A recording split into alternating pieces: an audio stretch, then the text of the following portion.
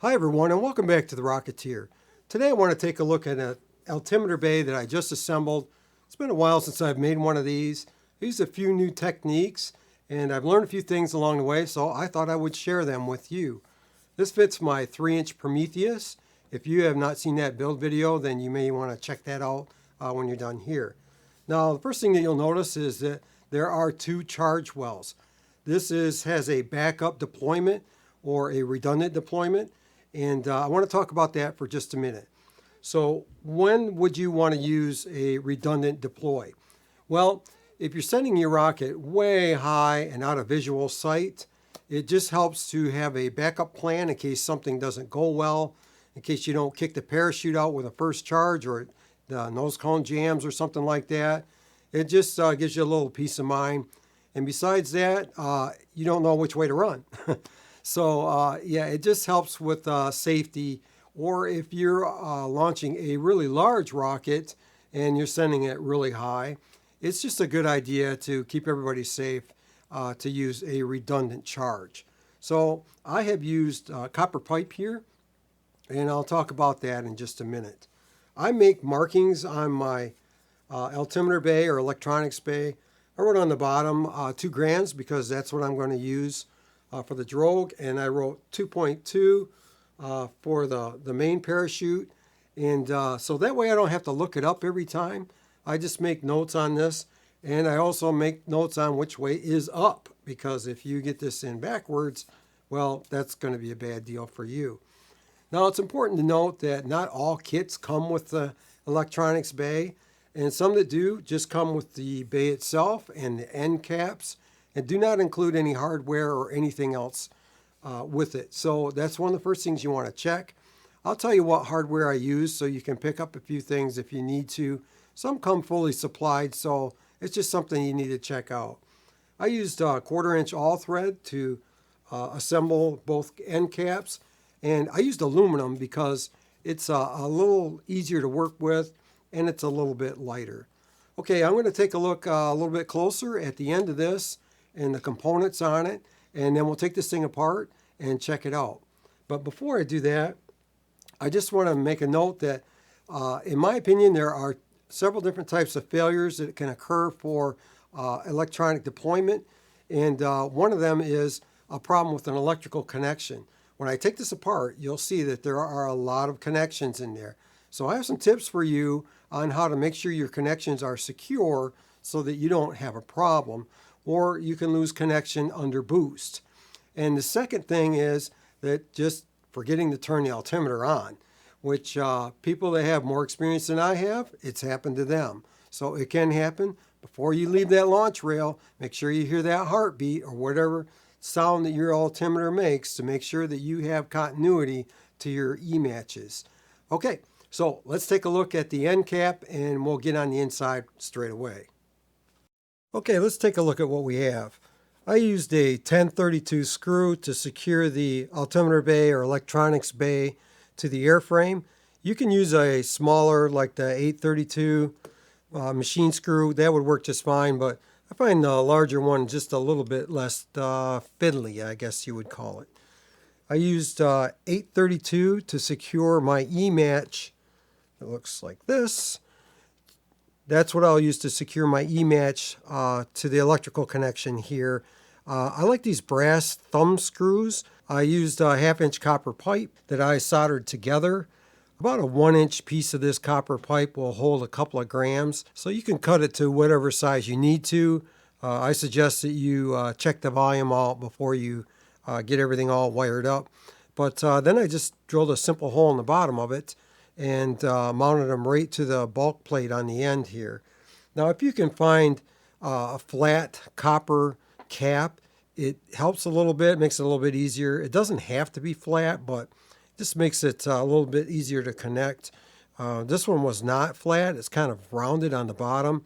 So what I did was you can use a Dremel or something to make a slight flat spot on there.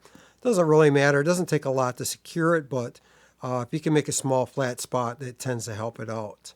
This is our forward cap, and I've used 832 machine screws for everything. The connector that you want to use for this is a red one, and that is good for, let me see here, it is good for 22 to 18 gauge wire, and you don't want to use any larger wire than that because it won't fit into smaller connections. So this type of connector is called a DuPont. This is called a ring connector. This is a ring connector with the insulator removed from it, and I'll talk about that in just a minute. And this is a JST connector. This is common in remote control cars and airplanes and stuff like that. And a lot of LiPo batteries, well, all LiPo batteries that I know of use this JST connection. So sometimes I use that. Now, I like the DuPont connectors because they are robust, and it's a little easier to clip and unclip them, and they're very secure. Now, use this type of crimp connector for the JST. I'll leave a link in the description for all these tools that I got on Amazon. I do earn a small commission for items that you buy through Amazon through that link that I provide you. Now, the ring connectors, I used an old style crimper like this, and it did not work very well. I wasn't very happy with it. Didn't give me a very good crimp. You probably could get a ratcheting type like this, but the two types of connectors use different types of ratcheting crimp tools. So just keep that in mind. Make sure you get the right one. So what I did is I stripped the insulator off of the red connector here, the ring terminal, and I just soldered it on.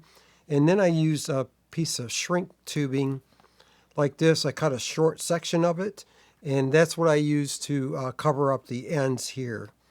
And that made for a really nice looking connection. Now the shrink tubing that I used was, let me see, 1/8 inch to 1/16 of an inch, or 3.8 to 1.6 millimeters for our metric friends there. And this stuff is super handy. Makes for really nice looking connections. Now, if you can get a good crimp, then by all means, just use the crimp tool. I didn't feel very good about it, so I went ahead and made my own connection. Now, I made the wires blue for the primary and yellow for the secondary, and that way I don't get confused on what's what. And the copper tubes, the longer one is for the backup, and the shorter one is for the primary to keep everything nice. Now, one thing I do is check all my connections after I make them. I take a continuity tester. It doesn't matter what brand you use, but I just do a quick test on everything. So if I touch these two terminals together, I don't know if you can hear that, but it makes a small sound. So I'm going to take my continuity tester and I test every E-match that I use. Let's see if I can do this without making a mess here. Come on, cooperate. There we go. I test every E-match before I put it into my electronics bay. And I don't know if you can hear that, but there's a small tone. And I test every one because I have had one or two of them that have failed. Some people have had more than that. Sometimes you get a bad batch, but that's just cheap insurance. Then once I'm connected everything through my brass thumb screws here on the top, I test it from the top, and I'll test the screws right here. Every way I can think of to make sure that that connection is good and sound. Okay, so that about wraps up this part of it. We'll take a look at the rest of the altimeter bay. Okay, so this is the heart of everything.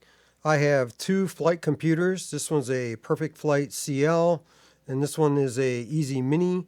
I have two batteries. Both of them are Venom Flies, one on this side and one on the other side. And I have a rotary switch that powers each circuit independently. And so each one is powered by its own battery, and that way I have good redundancy and a good backup plan. So as you can see, it's not quite as neat as some that you've seen probably on the internet, but it's very functional. If I take this electrical tape off, I have enough room to disconnect the JST connectors here and then plug them right into my battery charger. So I can power it and charge it without taking the batteries out. I thought that was convenient. The back bulkhead is the same, a mirror image pretty much of the forward one. So not a whole lot of difference there, if any at all.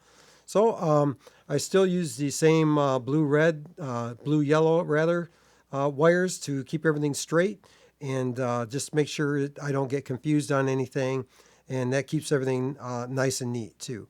So not a whole lot to show here other than this is a 3D printed unit with independent batteries and a switch that powers each circuit independently.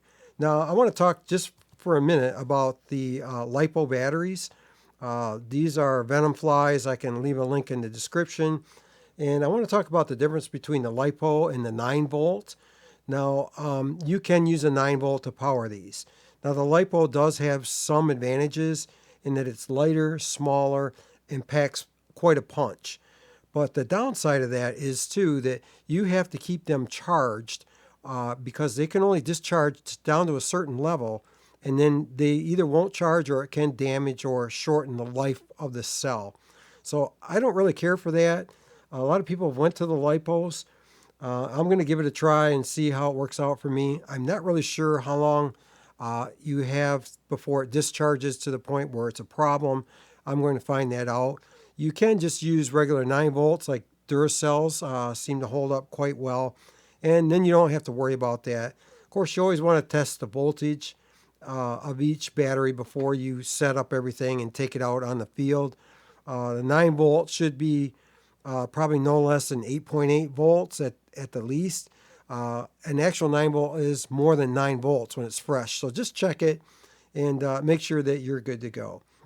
As you can see, there's a epoxy clay ring right here that surrounds a nut that corresponds to the machine bolt that I have here. This is 1032. And what that does is it provides a secure purchase for the nut, and that way I can fasten it to the airframe. Just a few closing thoughts. Once you have your E-match ready, then what you want to do is take your continuity tester, and it's a little difficult to see here, and touch right here on the end of the bolts. I hope you can hear that sound. And that tells me that this E-match is good and that the connection is good to it. If the bolts get corroded or a little funky looking, just throw them away and start with something fresh. I clean the terminals after every use, make sure everything's nice and shiny, and check it for continuity. Then when you're done, you're about ready to wrap everything up, don't forget to cover the terminals with either electrical tape or even blue tape is good enough. And make sure you wrap that around there, because if there's a quick link on the top of it, you could short it out with the quick link across these connections. So just a couple things to keep in mind. When everything is lined up and I can see the switch through the vent hole, then I take my Dremel and make a witness mark on the tube and on the cap on the front and the rear.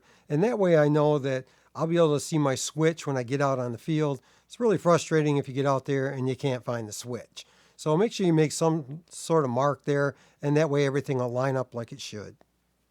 Well, that wraps it up for today's video. If you found it useful, give me a thumbs up. Make sure you subscribe. If you want to support the work here, please consider making a donation. I'll leave a link in the description, and buy me a coffee. It helps a lot. Here's wishing everybody blue skies. Stay safe. I'll see you soon.